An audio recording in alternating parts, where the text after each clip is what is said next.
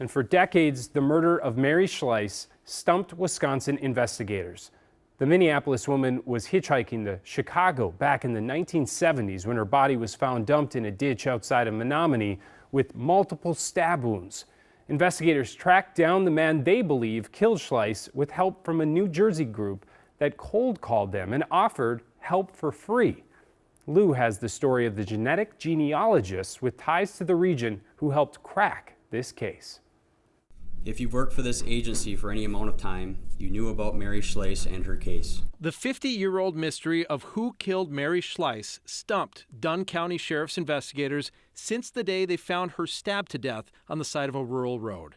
But they say the mystery ended with a confession from 84-year-old John Keith Miller. He did inform us that as soon as he had opened the door, he knew why we were there. What brought Dunn County investigators to Miller's door in Owatonna was a new investigative method that's been used to solve cold cases across the country since it was famously used to catch the Golden State Killer in 2018. Investigative Genetic Genealogy, or IGG. Investigative Genetic Genealogy, or IGG, uses genetic and genealogical information to reverse engineer a family tree from an unknown individual's DNA. David Gurney is a Bemidji native who leads the IGG Center at Ramapo College in New Jersey.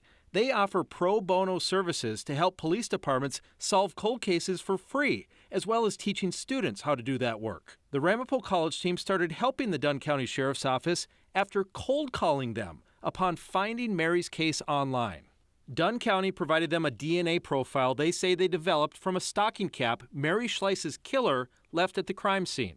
From there, the genealogists say the process is similar to how an adopted person might set out to use DNA family tree websites to find biological relatives. But investigators aren't allowed to use Ancestry.com or 23andMe, which have millions of DNA profiles uploaded.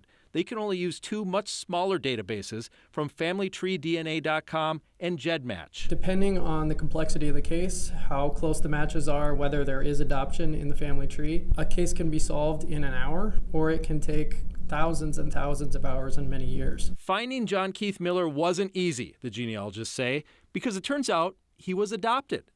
The two cousins in Wyoming and Michigan they first pointed Dunn County officials toward didn't even know about him. Then they linked a different family located in Minnesota with Miller in mind. It's a lead that we turn over to law enforcement, like someone calling into a tip line. It's then up to law enforcement to go out and confirm or refute that lead using more targeted DNA comparisons. It's amazing. Mary's family at the Dunn County press conference hugged and thanked the New Jersey team for helping provide them answers that, with the age of the case, seem to grow less and less likely each year. I think my primary reaction is just happiness that there will hopefully be justice for Mary in this case. Miller has now been moved from the jail in Owatonna, where he was arrested, here to Dunn County, where he'll make his first appearance in court very soon.